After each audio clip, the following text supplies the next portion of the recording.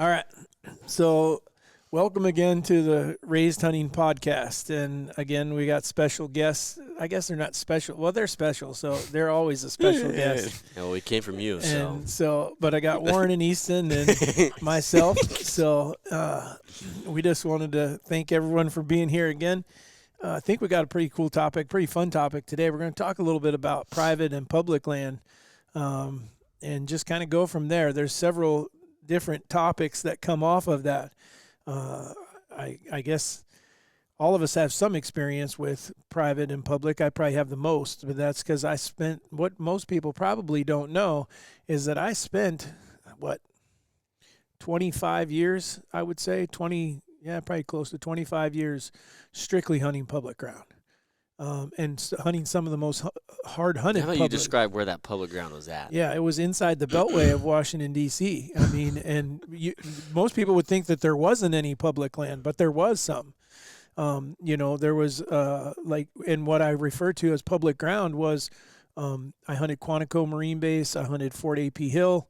Those were places that anyone could hunt. All you had to do was go there and go through their course.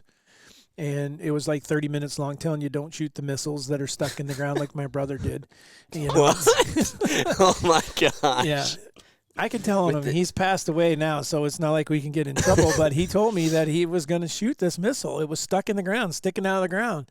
And you're supposed to call him and tell him, and he's shooting it with a shotgun. What, was it like a test missile? That no, they do Army play games, and stuff like that, and they're shooting at each other, and if something doesn't go off, a game, but well, I mean, whatever you call it, they're doing training, right? Yeah, and so if there's go. anything stuck in the ground or a bunker, you're supposed to leave it alone and let them know. So they're not live, though. So he knew it wasn't live. No, that's not true. That's why you're not supposed to mess with it, because it could be live.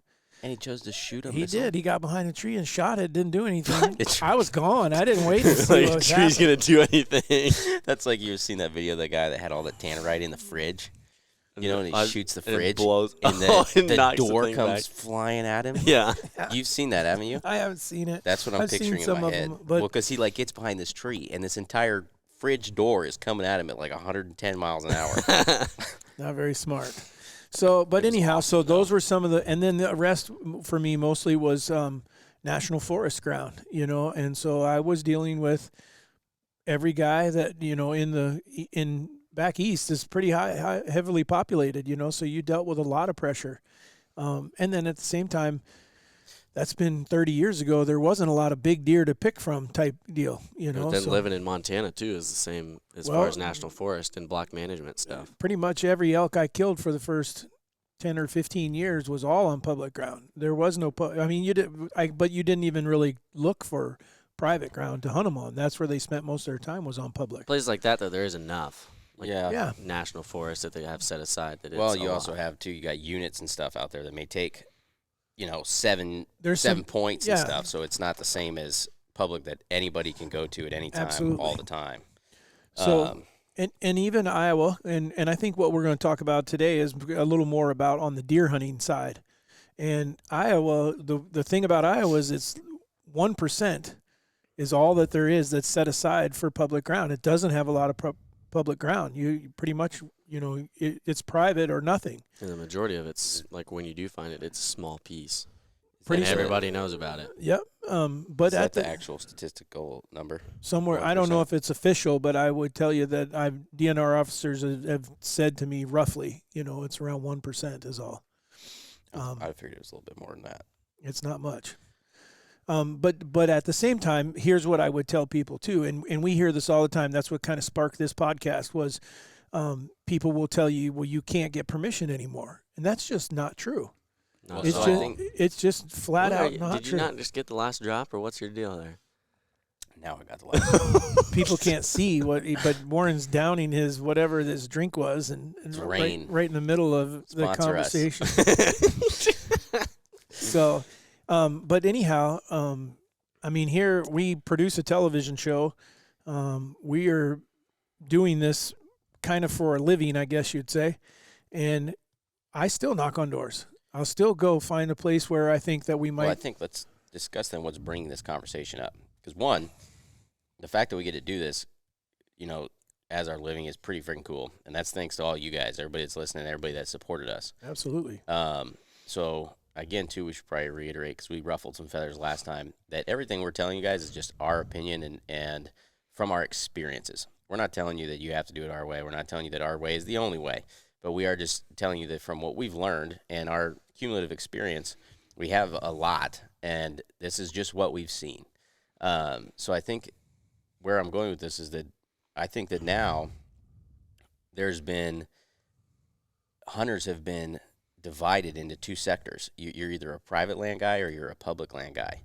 There's not really much in between, and there's like this little feud between the two, which is the dumbest thing ever. But I think let's get to the premise of that question. So let me ask you this. When you were hunting public was it in Virginia, right? Virginia and Arkansas. Okay. Why were you hunting public? It was the only place I had to hunt. I didn't. Did you knock on doors? Did you go and try and get permission? Did you? Not at that time. Okay. I hadn't learned how to. I hadn't even attempted that. You know, the family that I grew up in, basically 100% outlaws. We weren't allowed to like knock on doors, you know, because they knew the family already, and so I didn't do that. You know, and growing up in Washington D.C., basically, I didn't have the understanding that you could go knock on someone's door. There were the people that I was dealing with lived on a quarter of an acre. You know, it was in a subdivision.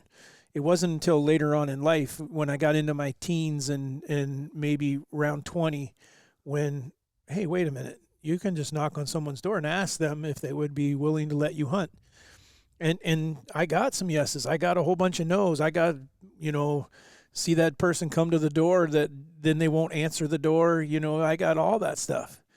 I think that's – so I guess that's where I'm going with this. I think that there's a couple different groups of guys that are hunting public when it comes to deer and stuff. I think, one, you got guys that just – that's in their mind the only option available, or they may be a new hunter and they don't know about being able to knock on doors or leases or anything like that, or they can't afford it.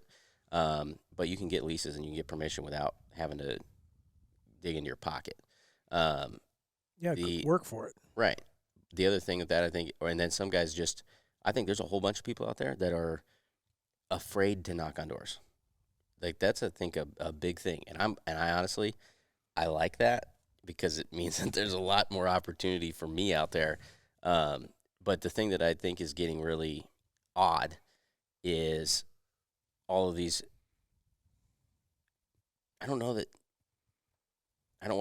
to say that it's only one group of people, but I don't really see private guys attacking the public guys for hunting public. I guess that would kind of be biased. I would agree, but it sounds biased. Well, I see a lot of public land guys saying, I'm trying to think. Oh, it must be nice to have private, or I don't have private. Some of us don't have land. Well, we can use we did a post the other day that went out about a food plot that I put in. And there were several people that commented, well, I don't have private land, so I don't have the opportunity to put a food plot on there. Neither did I at one point, but I worked my butt off to have that opportunity. And so now I can tell you back when I had when I was hunting public, if I had my choice, I'd rather be hunting private because I don't have to deal with the unknown. That's the biggest thing. Not that there aren't good deer on public ground. I think there are. Not that there isn't good ground. I mean, pristine stuff that's been set aside. The problem is that there is always, you can have the best foiled plan. You can have the best plan laid out to kill a whitetail. You can do everything that we've talked about, from scents and from no scenting yourself and shooting the best equipment and the right broadheads and all this stuff. And the guy is not doing anything wrong. He's doing the exact same thing that you are. You just don't know that the two of you are going to collide at 4:30 in the morning at the same tree. Yeah, that's true. And then, so I think the other thing that you hear now all the time is that you can't get permission anymore. You can't knock on doors and get permission. And I'm here to tell you that's absolutely false. It's totally true, too, but you just got to go long enough until you get the yes. Yeah, you just got to get a lot of no's. Yeah, but a lot of them. But when we say a lot, like you better be anticipating knocking on 30, 40, 50 doors. Yeah, there might be a whole day where but here's the thing that I taught both of you guys is that and I still stand by this. You cannot, when you walk up to a door and knock on the door, you have no chance of failing. And what I mean by that is you didn't have permission to hunt there when you knocked on that door. So if you walk away without getting permission to hunt that door you lost nothing. Same theory I have with women. That would be coming from our youngest son. So any moms out there with single daughters, just don't let us know. We don't want to. We're next is gonna be a segment on dating advice by Easton. Hey, how I'm to in. pick up chicks. Yep. But my point is that you have nothing to lose. You walk up and knock on that door. If they say no, okay, you didn't have permission to hunt it before, so no big deal. You just move on. But I think we have a perception. There's a perception that everybody thinks that, one, they think we own thousands of acres, which is just not true. I wish you guys were right. I really do. That'd be freaking awesome. But we don't. And that we only hunt, nothing but, well, one, most people think we hunt just tons of ground that we own. Well, we don't own that much ground. And when I say not that much, about 200 acres. That's not. It's not even 200, is it? It's 130. It's less than that. No, 180. 170. Oh. So 170 acres. Mm-hmm. That's all we own. So a lot of these, I'm sure a lot of you are thinking, what? You probably thought we had 3,000 acres because we get that all the time. And I wish, like I said, I wish you were right. And I'm hoping to make you right at some point. But that's just not the case. And then they think that, and so then when I say that you can still get permission, a lot of people probably don't think that we're having to try to get permission at all anymore. Well, I'm here to tell you that's not true either. If you're going to try to get permission nowadays, you may have to work a little bit harder than you did 10 years ago or 15 years ago. But I can tell you within the last 2 years, I have gotten permission on tons of ground for not hunting, but mostly shed hunting, that I then was given permission to hunt on some of it if I had chosen to. Some of it I followed up on, some of it not. But my point is, you might have to work a little bit harder. That was one thing that I found out was and especially when I'd start talking to one landowner, and you can build somewhat of a relationship with them, and you go back and you talk to them, then they tell you, oh, go talk to Frank down the road. He'd probably let you go look too, or keep him out of his field, out of his tires and stuff like that. And then all of a sudden you start opening doors. But you have to be ready to knock on a whole bunch of doors and be told no and put in extra effort. If you're going to show up during hunting season in full camo and knock on a little old lady's door, she's going to tell you no. Because one, you probably terrify her. I can't tell you how many old gals I've had that they like peek through the window and they're pretty much terrified to even open the door. So I try to like stand back, and be as unthreatening as I possibly can. But my point is, you can still get permission nowadays. You just might have to work a lot harder. So maybe we should throw out there a few little tips. I feel like it's worth mentioning for those of you that are interested in getting permission or you've never done it before. One is don't go at night. I mean, exactly what you're talking about, Warren. I mean, and that means even at 6 o'clock in the evening when the sun has already gone down, Depending on what time of year. But yeah, you just want to go during daylight hours. And the other one is dress appropriately. And the last, meaning don't go in hunting clothes on the day you want to go hunting. That's the last time you should be asking for permission. Try to do this, weeks in advance. And maybe our biggest tool that we've always had is Mom's brownies. I mean, I can't. They're called permission brownies in our book because once we got permission, then we would take them something. And other people do gift cards to a restaurant or whatever. We do a lot of like with turkeys and stuff. We always leave them offered. Like if they want some of the meat too, and they like that. Thinking of permission brownies, like you knock on their door, you run back to the truck and take a brownie. Just as soon as they open the door, you chuck it at them. Permission. I was gonna say with the wearing, like how you dress and stuff too, along with not wearing camo and stuff. Don't wear your crappy work clothes or something. Like if you work construction and stuff or some job where you get messy, change clothes. Yeah. Like I'm not saying you got to dress up like you're some salesman, but just present yourself. Yeah, we don't want the wife beater tank top, walk up to the door or that kind of stuff. And those of you that got small kids or are married, bring the women and bring the kids. I mean, you guys can attest to that. And then what's great is, what a lot of people probably wouldn't even think about is the fact that when you guys were 16 and 12, you were knocking on doors yourselves. That's right. What we moved. We have a whole show on that when we moved to Iowa. Yeah, absolutely. And that was was 2012. I was 12, you were 16, and what? I think 25 doors in 2 days or 30 doors. It was a lot. And we got all no's except for one. Yep. And that was the one we hunted. We still hunt. Still hunt there today, and he's a 10 good years friend. later. And we have some of those in Montana. Same thing. Knocked on doors until we finally got permission. And not only do you get permission, but you make a good friend.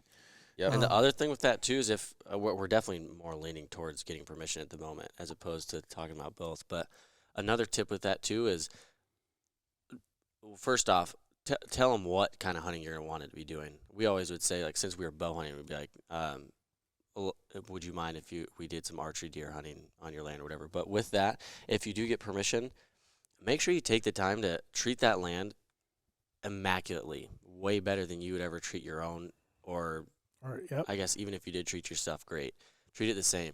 And close be all to your help gates the farmer. behind. Yep, help closing gates, help the farmer when you can. All those little things are that's one great way to keep in good cahoots with them and be able to keep hunting somewhere. And then two, I don't know how many times that we've had whether they say no and they just like, well, I appreciate you guys coming by, but we already have hunters here. But right here down the road, this guy, I don't think anybody really hunts his land, and they'll give you somewhere else. Or right. if you do have permission and you're treating them that well, that's a word in for somebody else that borders their land or something. They're like, hey, yeah, if you guys want to go hunt them, I'm sure I could talk to my neighbor. I'm sure he'd let you do. Well, even when you can go to their door and say, hey, Frank down the road, I just talked to Frank down the road, and he said that you may be open to allowing some hunting. That right there, so you're not that's somebody that they nowhere. trust. Yes, exactly. Yep. But Right. you can put in monetary value in the sense of work, too. It doesn't have to just be money. You can help. Yep. A lot of those guys probably need help more than they need the money. Absolutely. Fixing fences, any kind of farm work that, offer whatever you can do. I would say the number one, at least in the West, I remember when we lived in Montana, the number one deterrent that we had was I used to let hunters in, and they destroyed my place. They left the gates open. They left trash. And some of them would even describe, cigarette butts. Someone emptied a whole cigarette thing out of their truck, and McDonald's bags and stuff like that. And they're like, I just don't want, why would I want to deal with that? I don't have to, if I don't let anyone in, then I don't have to worry about running into that. Right. Just make sure you're not a nuisance instead of, because first off, you're doing them a favor with hunting for the majority of them, depending on where you're at. Like crops here get destroyed. So a lot of farmers want you to hunt, and one, you're helping with that, and two, pick stuff up. If you see stuff that's sitting around, if you're a benefit to them, they have no reason not to want you on their land. Yeah. Yep.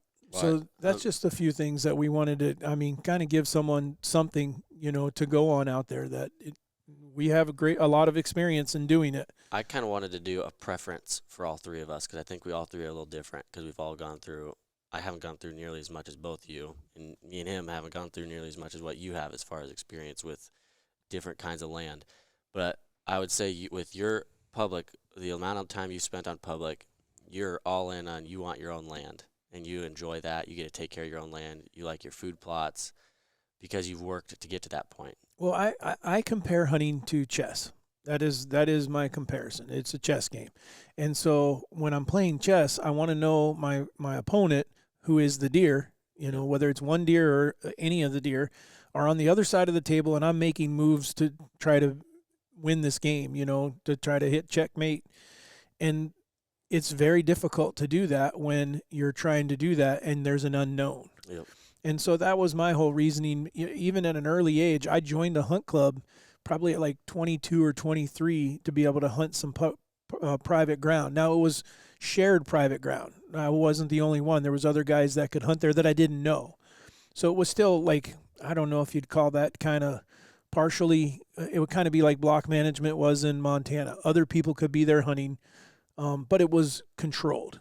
It wasn't just a free-for-all because I've been on that side for those guys out there, and it's tough. And typically I would say, too, gun seasons are more difficult than bow seasons. Bow season doesn't seem to have as much, as many people going and things like that. When gun season, I pulled into the parking area, and there's 25 vehicles. I pulled into a parking area for elk hunting in Montana and seen over 50. And everywhere you look, there is orange. And so it was, not only was it, didn't look like fun to me anymore, but it was, a little scary, because everyone's going to be shooting at something if something does come through here, and there's people pretty much everywhere. But, I mean, my hat's off, though, to those guys, because some guys, I think what you alluded to earlier, Warren, is some guys have actually chosen to see – they're playing the chess game on public ground. Yep. Well, I think – so that's where I think that there's a so going to Easton's preference thing. So what is your end? What is your preference? My preference – now, at this point in life. At my age and what I want to do is my preference is private ground. I want your own? No, it doesn't have to be my own. Okay. No, not necessarily. Just something that. But you want to be able to create your deer mecca. You want to be able to make food plots, put things where you're trying to get the deer where you want them. I want to be able to put a trail camera there and know that it's going to be there when I go back. Okay, so we're right. Yes. You're not helping here at all. So yes, you prefer your own land pretty much. Yes, I Meaning do. if you wouldn't care that much if you had private land, but you weren't allowed to build a food plot. You couldn't change any of the timber. You couldn't do any of that. You would prefer to be able to do stuff that you want on it to try to improve it. Yeah, absolutely. For the deer. Okay, that's what we were trying to get to. Goodness. Well, that was difficult. I feel like Dr. Phil over here extracting things. All right, go on. What's yours? Catch me outside. How about that? Oh, my Lord. Catch me in the stand. How about that? That's a good one. I actually know where that statement. I mean, so you guys, you thought you were talking over my head, but I don't know her name, but I know that came from Dr. Phil. You just said Dr. Phil. Oh, I didn't hear him say that. I don't listen to much of what he says. But you also have to live under a rock to not have heard that phrase by now. Okay, go on. Let's hear what your theory is on private ground or public ground. Well, I'm really mixed, honestly, because I hunt. I knew you would be. I hunt private ground. I hunt permission ground, and I'd hunt some public. Now, I'd have told you, my hat's off to the hunting public guys because I think they've achieved exactly what their goal was, is to show people that, to get more people outside and show people that you can hunt public.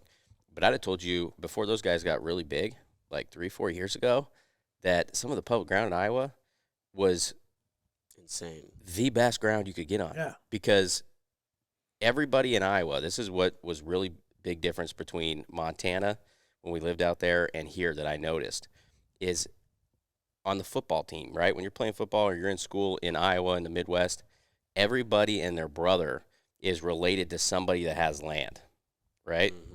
My uncle's a farmer, my cousin's a farmer, my dad's a farmer, my buddy's cousin's a farmer. They all, so you would knock on doors and things and you get permission, but there's always some family members and stuff hunting there. But then if you're an outsider like we were coming from Montana, you realize, well, everybody had permission on something because everybody was related to somebody where the core is farming. That's Iowa, unless you're like in the Des Moines area, that's any rural thing. That's the core of the communities is farming. So you had all these people that had permission on this private ground. And so I think sometimes you had more pressure on private ground than you did on the public stuff because nobody thought about the public stuff unless other than like your non-resident guys who just, they came in. Yeah. And then they were like, wanted to come hunt. Holy crap, I got this whole freaking place to myself and it's incredible. So I'd have told you like a few years ago that some of the public stuff, and that's why I kept my mouth shut. I didn't say anything because, sorry guys, I can be selfish sometimes. I was like, this stuff's We're here to help. This stuff's immaculate, and there's no one hunting it. Well, we have a place that we drive to go hunting that's 30 minutes from our house, and we pass a public place. And in like 4 years of driving by there, I think I saw a car there once. During the middle of the rut and everything. I mean, that's during hunting season and everything else. So and plenty of room. I know a couple guys that come from Wisconsin that had public spots that they had success every year, and there's nobody else that hunt it. On good deer. They just find a spot that nobody really pays attention to, and they go in there. Well, and I told you, though, I'd say this year it was different from what I saw. There was definitely more people than I had ever encountered on some of the stuff. If I'd have been carrying my bow, unlike an idiot, I wasn't carrying my bow. Eli and I would have killed probably, I shot like a 160-inch deer just scouting at 4 yards. He almost ran me over. It's also the benefits of Iowa, I will say. Yeah, I mean, he was a great deer. That's the thing about Iowa is the chances of there being 160-some-inch deer on almost any piece is really good because our deer, if they make it to 4, the chances, any of the really good genetic ones, even the 3-year-olds sometimes, genetically superior ones are huge. So I have a big mix, but I think the difference with me on like private or permission ground is that my way of hunting is I really like to try to hunt deer where they are, figure out exactly what they're doing, and then I'm going to capitalize on them without them ever knowing it. I'm not trying to manipulate them. I think that that's something that's admirable that you try to do, is figure out how do I make them do this. I think there's a lot of guys that are doing that. I don't really care to do that. I'm just trying to figure out how to see exactly what that deer is doing, because I feel as though if I can find out what he's doing, he's going to do it again at some point. And when he does, I'm going to be there and I'm going to kill him, because he's already doing what he wants to do anyways. And I just like doing that way. I used to be the big field guy. I want to be on the field and see everything. And then once I learned and started seeing way more mature bucks near bedding areas and in timber, that's where I focused almost all my time now. Would I be this? I don't know if this is going to sound mean or not. I don't think it is, but would I be correct in assuming that you would find, like, I know, like last year throughout the year, I didn't know you're obviously hunting almost every day, but I had no idea if you'd be on one of Dad's pieces of land. I didn't know if you'd be on some places we had permission, or if you'd be on public. Would it be safe to assume that wherever you were at trying to find deer, as long as you found a buck that you really liked, that's where you're going to go? Oh, yeah. Okay, that's so. Yeah. I guess, kind of, if you think of it this way, like I said, in a chess game, man, my hat's off. I think that there's guys out there that they're playing the chess game on public ground on purpose, because it would be a heck of a chess game if you could figure out what the hunters are primarily doing and still be able to kill deer there. And you can. I mean, the whole thing, I can sit here and tell you that I prefer to hunt private ground, but when I was hunting public ground in Virginia and Arkansas, I was killing deer. Well, if you're taking like Iowa, for instance, it isn't, whether it's public or private, you should be able to kill a deer most likely. You should be able to kill a good deer, if not a very big deer. The difference in the land that I would say is the consistency of the size of deer you're going to kill. I've seen guys killing 180, 200-inch deer off of public land. Oh, yeah. I've seen guys killing consistently 140 to 150-inch deer off of public land. So it's just a matter of, to me, the consistency of what size you're killing. You should be able to kill a deer, is my point. We should have Rendell on here one time. The really tall guy comes to all events, really good dude, and he's killed probably, I think the last 3 deer in a row he's killed have all been booners on public. Yeah. And he's killing them usually before even like October 20th. He just knows his deer. There's your summer scouting. Again, he's playing the chess game, and my hat's off. I mean, and that's the whole thing, though. There's nothing. What I hope that we get out of this podcast, though, too, is that instead of, like you started by talking about, that there's a lot of controversy and a lot of rocks being thrown at each other on whether you're hunting public or whether you're hunting private. And we got to just stop throwing the rocks, because we're throwing the rocks at each other for no reason. For shooting traditional archery as opposed to training wheels, or whether you're shooting an expandable or not an expandable. And man, we got enough fights that face all of us, that we don't need to be fighting amongst ourselves. And so I'm a big proponent for the guys that are hunting public, and I'm a big proponent for the guys hunting private. Yeah. The thing I would say to those guys that are jealous or mad at the guy that can afford to buy 1,000 acres or buy 2,000 acres and do all that stuff to that, unless they're a trust fund baby, they put in the same amount of work or more than you did somewhere else. They may not have hunted for a few years because they worked their freaking ass off building a business that gave them ability to do that. Yeah. Or they spent 10 years putting everything they had into investments, or they did something where it may not be the exact same way of work that you put in, but they did it somewhere to be able to achieve what they wanted. And so think about that before you're like, oh, screw you, you have 2,000 acres. Well, that guy probably, like I said, unless he's a trust fund baby, he worked his freaking butt off somewhere else to be able to do that. With that, what I don't like about all of it is like how people discredit a deer. I don't know. Like if you didn't kill it on public ground. I've heard it. People said stuff to me. I've heard people saying it to other people. And I don't even know if it's just like you haven't killed on public ground or whatever. It doesn't. I don't think it just pertains to that. But discrediting somebody's harvest because they didn't kill it how you kill it. Who cares? Like if I see somebody pop up on my Instagram feed that kills a good buck, or even if it's like some tiny deer and they're like, this is my first deer. The last thing I care about is whether it's on private, public, anything. It's heck yeah, dude, good for you or girl. Great job. That's awesome. It's not oh, well, did you kill it on public or did you kill it on private? Well, doesn't count then. That kind of crap. And I've heard it left and right. So I think discrediting anything is BS in my opinion. Again, that's the place we just need to stay away from as hunters in general. I mean, the same goes for someone kills a 120-inch deer or a 100-inch deer and someone says, why'd you shoot that thing? You know, it's all relative to where you live. And I guess that's where I'm super fortunate, having grown up in a place where I never saw a Pope and Young deer till I was over 25 years old. And so I appreciate all deer. I appreciate the guys when we go back to Harrisburg and spend time at the shows back there, or we go do, different visits at different sportsmen's banquets. And these guys are killing 100-inch deer. They're killing some of the biggest deer in their area.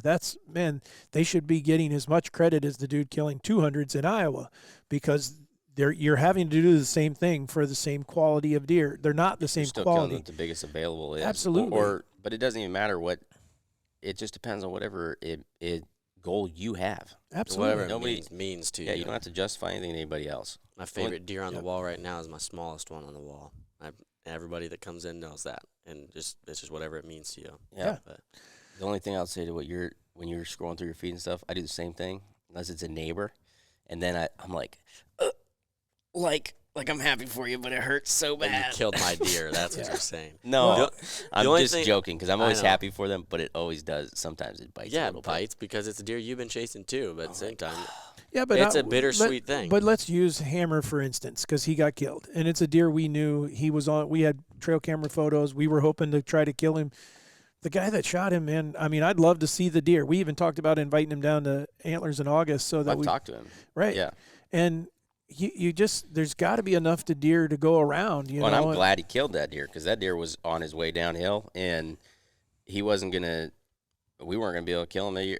I mean, he was going to get smaller, so I'm glad that he did kill him.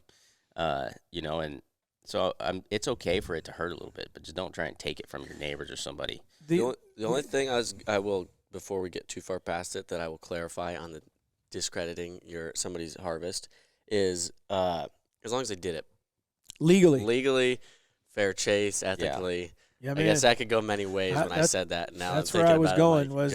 It's as long as you're doing it the right way, and as far as what I mean by the right way is it's legal. You're doing the right thing for the animal and ethical. And it's ethical.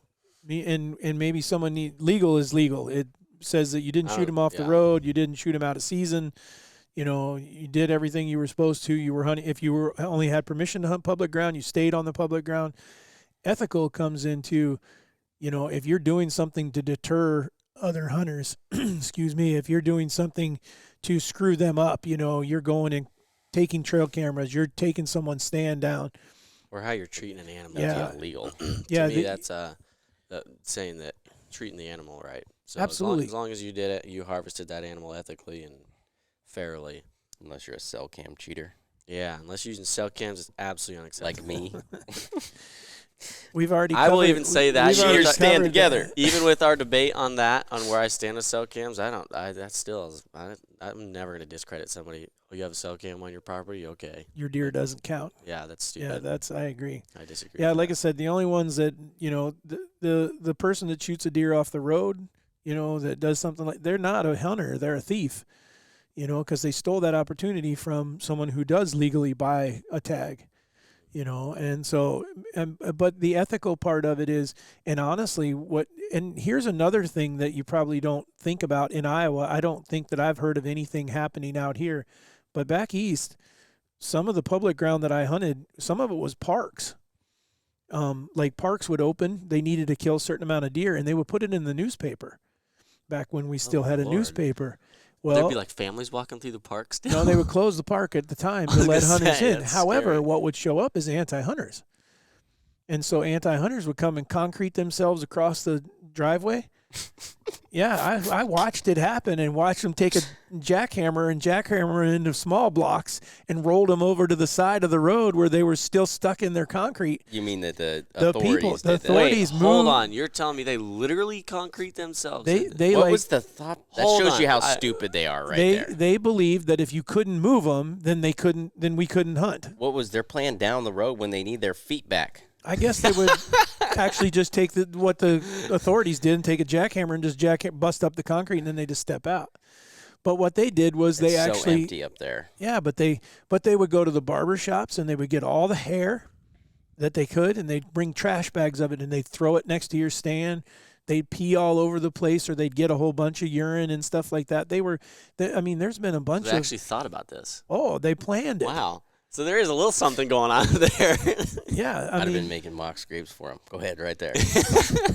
So, when you see it at that, it's no Dibs different. on the pavilion. Well, no different than us talking about like hunters went too far with trail cameras or cell cameras in Arizona and places where it got it banned. The guy that's hunting public ground, back in places like PA and Virginia and up and down the East Coast, and I imagine you might deal with some of that on the West Coast as well. And you may deal with it in the interior United States. I don't know. I just haven't heard about it as much out here as what you would hear back there.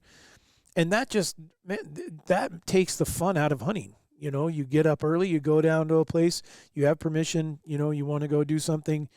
And, and it's a great opportunity. Those parks were full of deer. And a lot of times they're big bucks, were there. And I love the thing that they do on public ground here, where like the rural stuff where you earn a buck. I think that's a cool deal where there's places where you Urban or rural? Urban.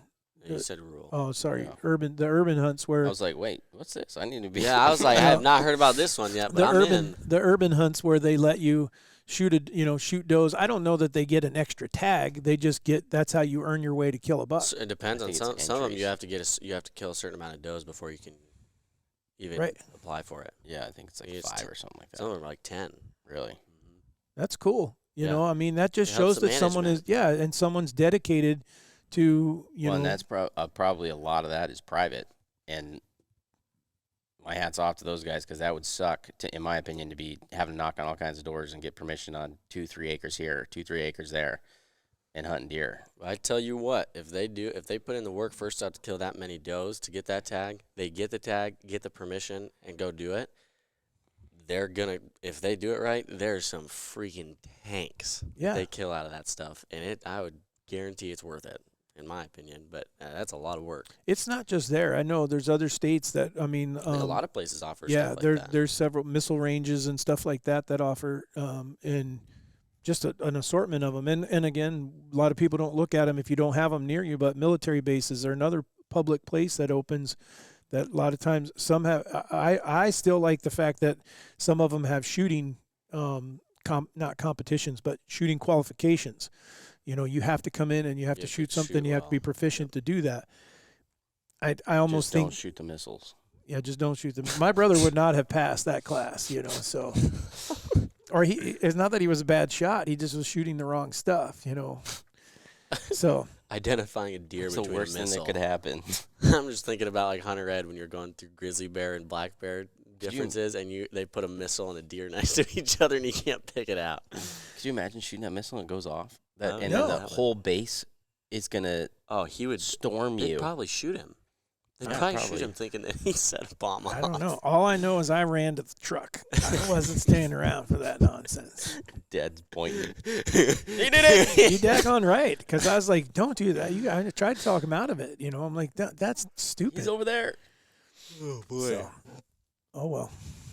Some of the things, maybe if my parents were still alive, that'd probably be the first time they've ever heard that story. So I don't know if they'd want to hear that one. Right. But anyhow, have we covered like what we were trying to accomplish here? That public's good, private's good. Man, we just gotta accept each other for what we're doing. And I think we should just make sure we clarify that. I don't care what you hunt, just hunt, have fun, do it, but don't stop knocking on other people for it. Whatever they're doing, as long as you're doing it again the right way, ethically, you got permission where you're hunting, you got a public piece where you're hunting, you're not purposely screwing other people up, you're your own place that you've worked to buy, more power to you. Yep. Wherever you're loving the outdoors, that's the place to be.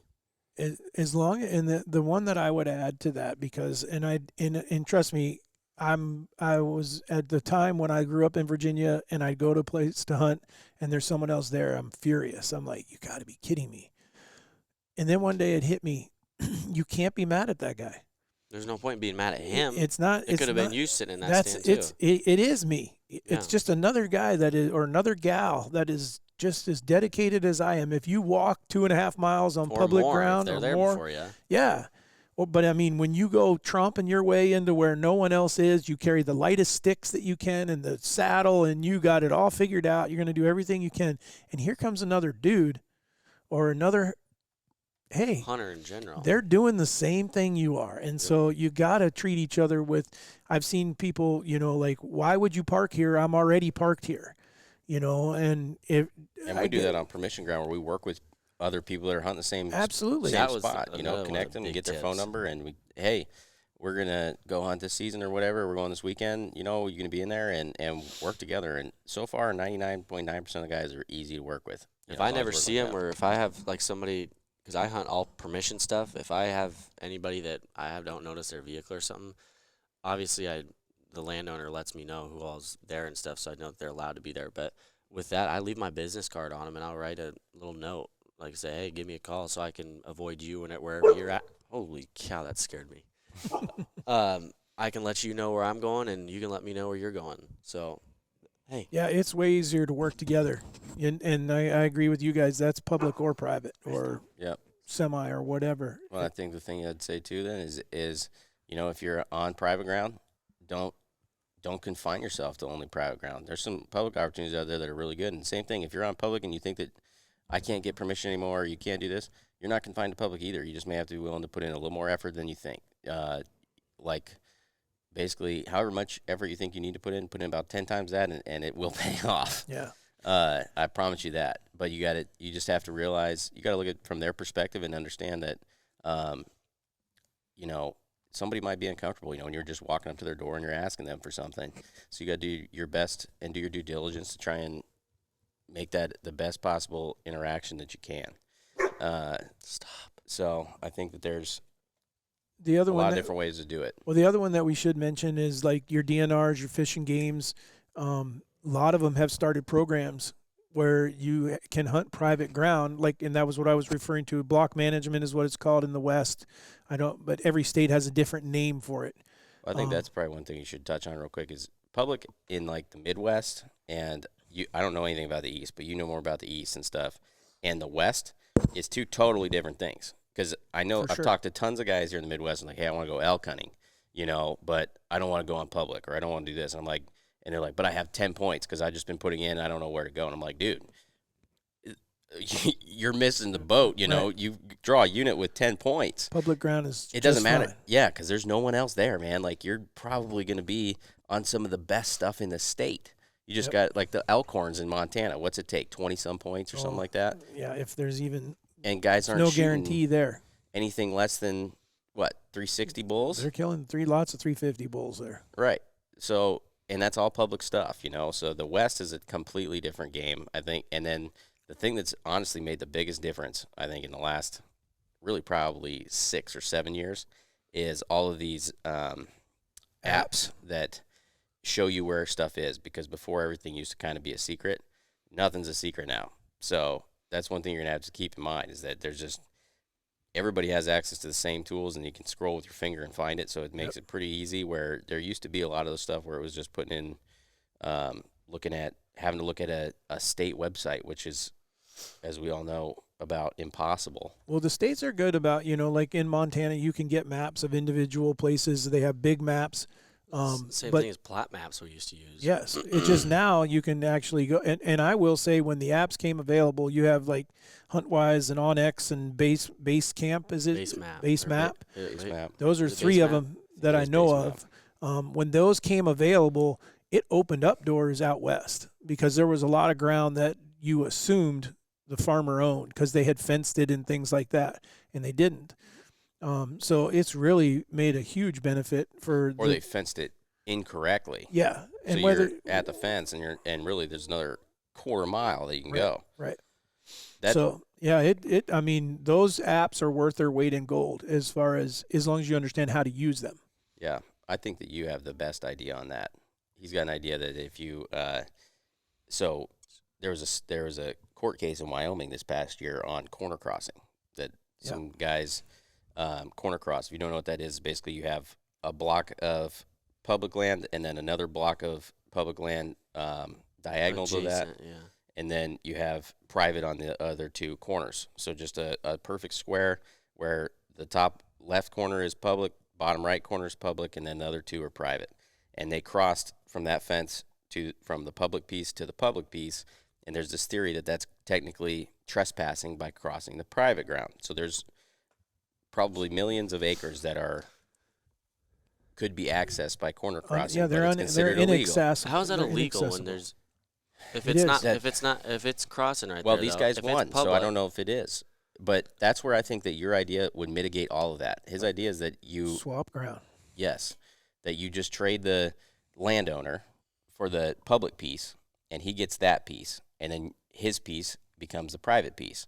So then is what you would do is you wouldn't have your bottom left corner that's private, he sells that to the state or whatever, or just trades them, and he gets that top left public piece, and then the public piece becomes the bottom left corner, and then same with the other one. Then you have just a more contiguous. Oh, that's great in public theory, ground. I doubt you're going to get a guy to separate from his land. No, you're not going to get ranchers and stuff are probably never going to do that because there are many ranches in Montana that I'm familiar with, and there's probably more across the state between BLM, state ground, and national forest ground that those guys only own, say 15 to 20,000 acres, but yet they have access and have limited the access, restricted the access to maybe 60 to 80,000 acres by owning the perimeter. Yep. And that is not the right and just flat out wrong in my opinion, because we are all paying for that. That is public ground we should have access to. Now, Randy Newberg, some other guys have flown in. The old helicopter. Yeah, and been dropped in there. And, and some of those landowners have even gone, they stuck up fences, just fenced one side so the elk couldn't come from their property or come onto their property when guys started doing that. But which I love the premise of that, but at the same time, that kind of defeats the premise of cutting it off from the average guy when you're able to charter a chopper to drop you into somewhere. Well, I don't know. Not that I wouldn't love it. I mean, but it's just you can see where someone gets frustrated that you meaning all of us taxpayers own that ground. Yeah, but that's where I'm saying I think that your idea is a good idea because I can also see on the rancher side, you got a helicopter flying over your cattle and everything else. Right. That's probably really going to piss you off. I could see that being that's kind of on them for being the one that came up with the idea to make the perimeter. Well, I don't know I don't know how any of that happened. You have to look at. I wasn't talking about that one. I was just talking about general because that there's some that have done that. But. Well, let's just say in Iowa, I don't think that it's an issue. I don't see people flying helicopters to get to private ground or to get to public ground.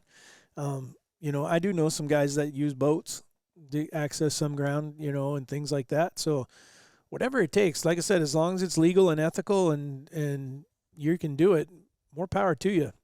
My hat's off if you kill 100-inch deer in a certain place.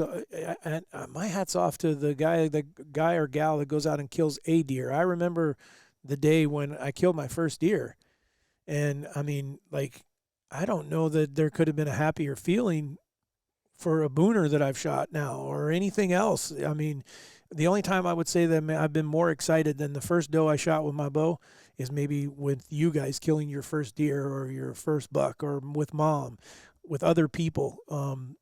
There's just something about seeing someone that hasn't gotten to experience that feeling. And that's what I guess sometimes social media, the feelings are turned off. We're all sitting in front of our computer, and now it's just I don't like this. If you're having a bad day for whatever reason, man, try to go back to where the feelings came from, and if we can remember that, then we probably won't be arguing with anybody.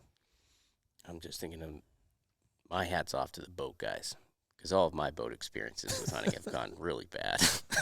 It's your own fault for leaving your boat in the river and losing it. Yeah, it wasn't my fault. Everyone has lost. Cut out and ran me into a tree. Yeah, but not many people have lost a boat. He didn't lose a boat. He just left it. No, I did lose it. Well, he flood waters. You got to know, if you leave the boat in the river, it was all of a sudden that the rain came up. It wasn't all of the sudden. Yes, it came up like 8 feet. No. So if anybody sees a really shitty John boat, probably in like Tahiti or something by now, with like a 1978 motor on it, let me know. That's mine. It's probably 300 yards down, flipped over, or something. That's sort of like it's not. I tried to look as far as I could. That sucker's gone. That reminds me of the two of you trying to whitewater raft in the creek that was blowing. That was not very smart either. Yeah, don't try. All right, we're way off topic. I think we've covered everything we were trying to, but it's a battle. Don't let it be. We can stop that battle right here. We can just decide that public and private shouldn't be an argument that we should be having as hunters. As hunters, we should be fighting for more public ground and to try to get some of this ground opened up. Or as hunters, we should be working together to help landowners understand who we are and what we're about, and so that we can access more ground. So that's it for today. We sure appreciate you guys. If you have topics, if this stirs one, and again, I don't doubt that we haven't touched on something that someone's going to say, I don't agree with you guys on, and that's okay, because like Warren said at the beginning, this is just our opinion. But we sure appreciate you guys for listening, and we hope that you'll continue to tune into the podcast, because as we start getting larger here, we also have some special guests we're going to be bringing on and things like that. So we've also had, after we released the first one on fixed blades and mechanicals, we had several people reach out to us. And so thank you. One, a few of you guys asked questions. We're going to cover those in a podcast. We just feel like we need to get a little more prepared on some of them. And then two, we genuinely appreciate the response of everybody, because most people, it was an open dialogue, and we were able to have just a civil conversation. So we're open to having any kind of civil conversation. If you guys just tell us we're idiots and stuff, we're probably not going to talk to you. But, we knew that already. We didn't need you to add it to it. So it's all good. All right, guys. Thanks for listening to the Raised Hunting Podcast, and we'll see you next time.